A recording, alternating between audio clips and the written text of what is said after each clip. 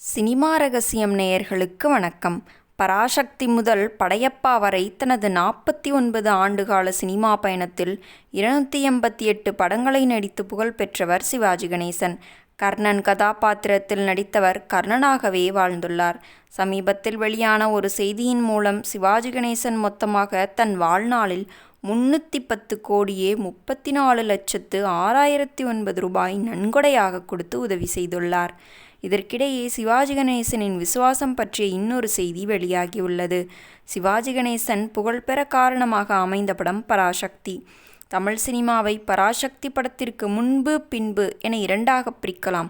அந்த காலத்தில் பாடத் தெரிந்தவர்கள்தான் கதாநாயகர்களாக, சினிமாவுக்கென்று தனி உரையாடல் மொழி என இருந்த அத்தனை மரபுகளை எல்லாம் பராசக்தி உடைத்து மக்கள் சாதாரணமாக பேசும் மொழியில் அமைந்தது.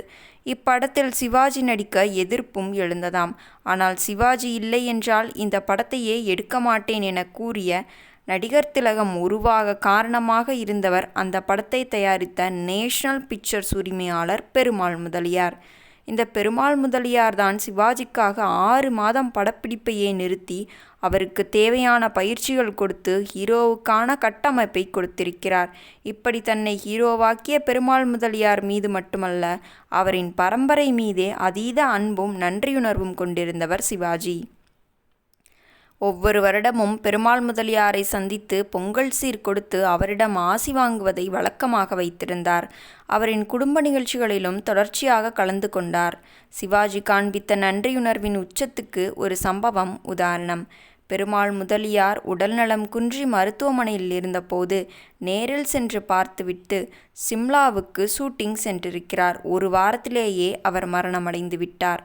ஷூட்டிங்கை கேன்சல் செய்துவிட்டு சிம்லாவிடமிருந்து கதறி ஓடி வந்துள்ளார். அதோடு அப்போது சிவாஜி சபரிமலைக்கு மாலை போட்டிருந்தாராம்.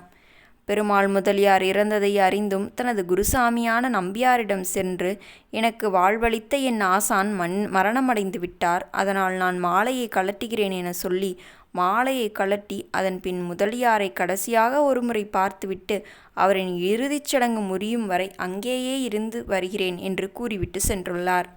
தற்போது சிவாஜியும் இல்லை, முதலியாரும் இல்லை. ஆனால் முதலியாரின் குடும்பத்துக்கு பொங்கல் சீர் அனுப்பும் மரியாதை இன்னும் அவரது மகன்கள் பிரபு மற்றும் ராம்குமார் தொடர்ந்து செய்து வருகின்றனர். இப்போது பெருமாள் முதலியார் குடும்பம் சென்னையில் இருந்து வேலூர் சென்று விட்டது. எனினும் இப்போதும் அவர்கள் குடும்பத்துக்கு சிவாஜியின் மரியாதை நிற்காமல் செல்கிறது. இதனை அண்மையில் பெருமாள் முதலியாரின் பேரன் ஒரு பேட்டியில் கூறியுள்ளார். சிவாஜி மட்டுமல்ல, இரத்தக்கண்ணீர் படத்தின் மூலம் எம்.ஆர். ராதாவை நாயகன் ஆக்கியதும் இதே பெருமாள் முதலியார்தான் என்பது குறிப்பிடத்தக்கது. மீண்டும் நாளை சந்திப்போம். நன்றி, வணக்கம்.